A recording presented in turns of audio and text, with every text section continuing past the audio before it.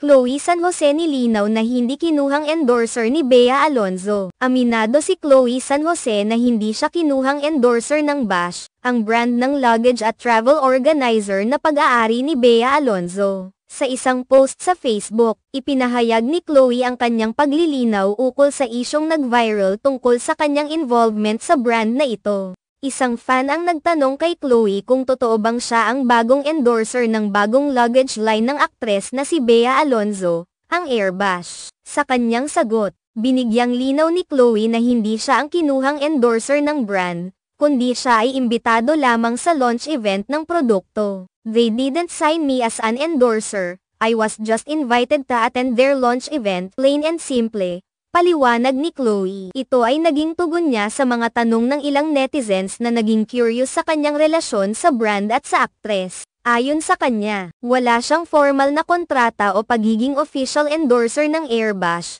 at hindi ito isang ad campaign na siya ang tampok. Dagdag pa ni Chloe, hindi rin siya dumating sa launch ng Airbash kasama ang kanyang boyfriend na si Carlos Yulo. Ayon sa kanya, abala si Carlos sa iba pang mga commitments, kaya't hindi siya nito sinamahan sa event. And just to clarify, Carlos wasn't with me at the Bash launch, he was off at his own event, aniya. Bago ito, lumabas ang ilang mga chismis at bali-balita na nagsasabing itinanggi raw ni Shirley Kwan, ang manager ni Bea Alonzo, na i-endorso ni Chloe ang Airbash. Ayon sa mga impormasyong kumala, nagkaroon ng hindi pagkakaunawaan hinggil sa pagiging endorser ni Chloe ng brand, kaya't nagbigay ng clarification ang manager ni Bea upang linawin ang usapin. Bagamat hindi siya opisyal na bahagi ng advertising campaign ng Airbash, ipinakita ni Chloe ang pagiging tapat at transparent sa kanyang mga tagahanga at sa publiko sa pamamagitan ng kanyang pahayag.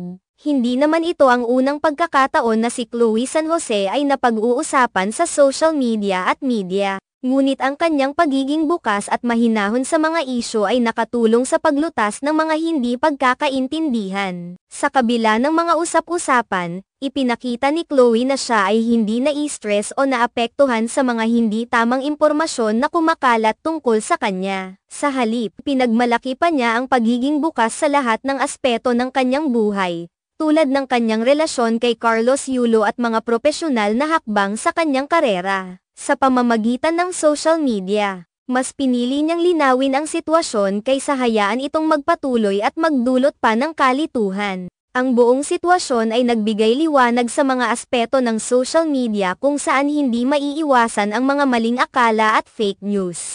Gayunpaman, sa pamamagitan ng pagiging tapat at aktibo sa pakikisalamuha sa kanyang mga taga-suporta, nakatulong si Chloe upang maiwasan ang mga further misunderstandings at mapanatili ang kanyang magandang relasyon sa kanyang mga fans at ang mga brand na kanyang sinusuportahan.